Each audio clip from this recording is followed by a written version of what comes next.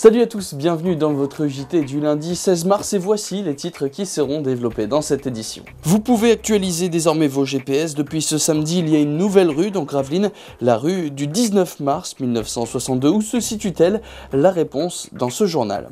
Il y a du nouveau aussi à Grandfort, une nouvelle signalétique sémaphore au niveau du canal.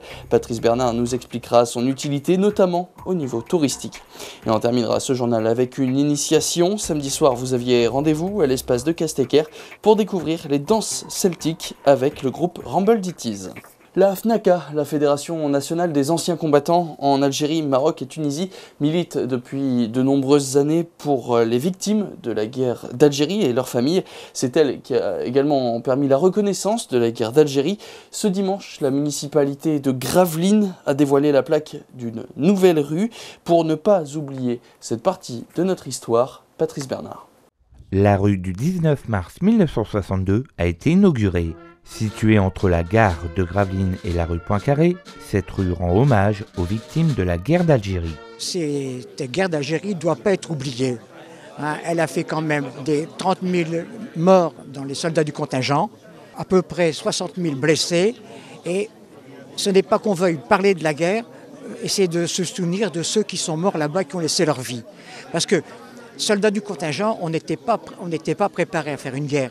On faisait notre service militaire et puis un beau jour on dit vous partez en Algérie. On n'était pas prêt à faire une guerre et c'est peut-être au départ c'était une opération de maintien de l'ordre, mais peu à peu on s'est rendu compte, vu l'importance des combats, que c'était vraiment une guerre qui était reconnue que très longtemps après. On a dû attendre 1999 pour qu'on le reconnaisse comme une guerre. C'est le 10 juin 1999, sous le gouvernement Jospin, que l'Assemblée nationale a reconnu que les événements d'Algérie ne pouvaient avoir d'autre appellation que celle de guerre. Mais il a fallu attendre encore de nombreuses années pour que la date du cessez-le-feu en Algérie soit inscrite dans la loi et le calendrier républicain. Dès 2002, l'Assemblée nationale avait donc donné son accord pour déclarer ce 19 mars date officielle, mais que, compte tenu que la majorité n'était pas suffisante, on a retardé de rapporter cette décision au Sénat. Et il a fallu attendre 10 années pour que le Sénat donc, accepte cette décision de mettre le 19 mars officiellement, donc journée nationale de reconnaissance. La rue du 19 mars 1962 sera l'axe principal d'un nouveau quartier qui accueillera d'ici quelques années 200 à 300 logements. À l'occasion de la journée de la mémoire collective et maritime de Grand-Fort-Philippe, la commune, en partenariat avec l'ACUD, a dévoilé samedi dernier une nouvelle signalétique appelée Sémaphore, un reportage signé Patrice Bernard. La commune de Grand-Fort-Philippe a inauguré sa nouvelle signalétique Sémaphore, un totem à l'épreuve des caprices du temps, destiné à valoriser le patrimoine et la mémoire maritime.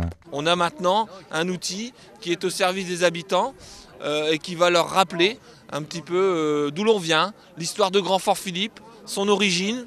Il faut savoir qu'ici, Grand-Fort-Philippe était espagnol et les Espagnols ont creusé un chenal pour gagner la mer, ici à la Flaque aux Espagnols. Donc on commence par le début de cette histoire et puis progressivement, on y parle des traditions maritimes. Alors le carnaval, la pêche à Islande, la pêche côtière, les verrotières et puis tout ce qui est attrait en lien avec la mer principalement.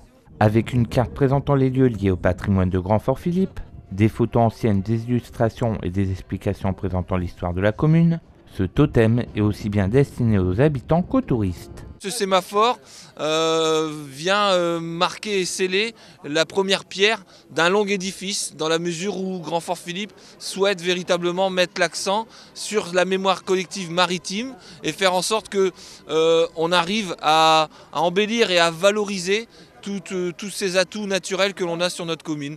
Au-delà de la mise en lumière de ce patrimoine, ce sémaphore est également destiné aux générations futures, puisqu'il se veut être un outil pédagogique facile d'accès à destination des scolaires.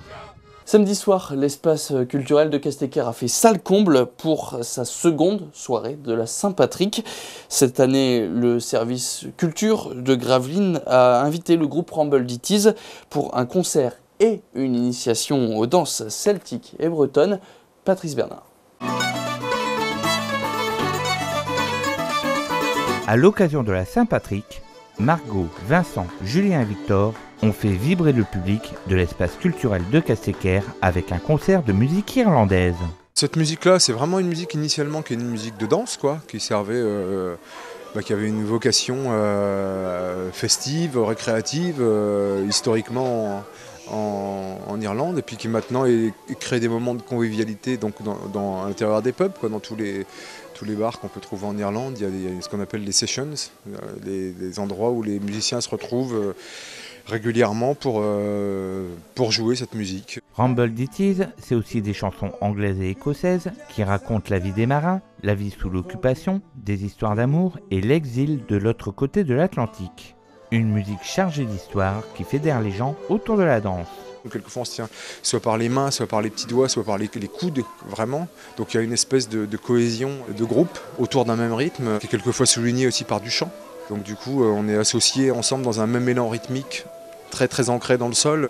On va proposer aussi bien des danses irlandaises, vraiment, qu'on explique, des danses de Cayley, mais qui sont mélangées avec un petit peu de danse plus générique de bal folk, comme de la chapelloise, des choses comme ça, et puis de la danse bretonne, comme des gavottes, des suites de ridés, par exemple. 1, 2, 3, 4, on avance. On revient. C'est dans une ambiance conviviale et bon enfant que le public a participé nombreux aux initiations. Il suffisait simplement de se laisser guider pour participer à la fête. On reviendra d'ailleurs plus longuement sur cette soirée. Ce sera demain dans votre plein phare, diffusé juste après le JT. Voilà, le journal de ce soir est lui désormais terminé. Merci à tous de l'avoir suivi. Tout de suite, vous avez rendez-vous avec le Delta Sport et Aurélien Février. Tenez, justement, en vous parlant de sport, je vais vous montrer un petit but. Ça s'est passé ce week-end, ce dimanche, même sur la pelouse du Stade des Huttes. C'est tellement facile, hein, le football, n'est-ce pas ? Tous les autres buts et les résumés des autres sports gravelinois, c'est donc tout de suite avec Aurélien Février. Quant à moi, je vous dis donc à demain pour un nouveau JT. Très bonne soirée à tous sur Delta TV.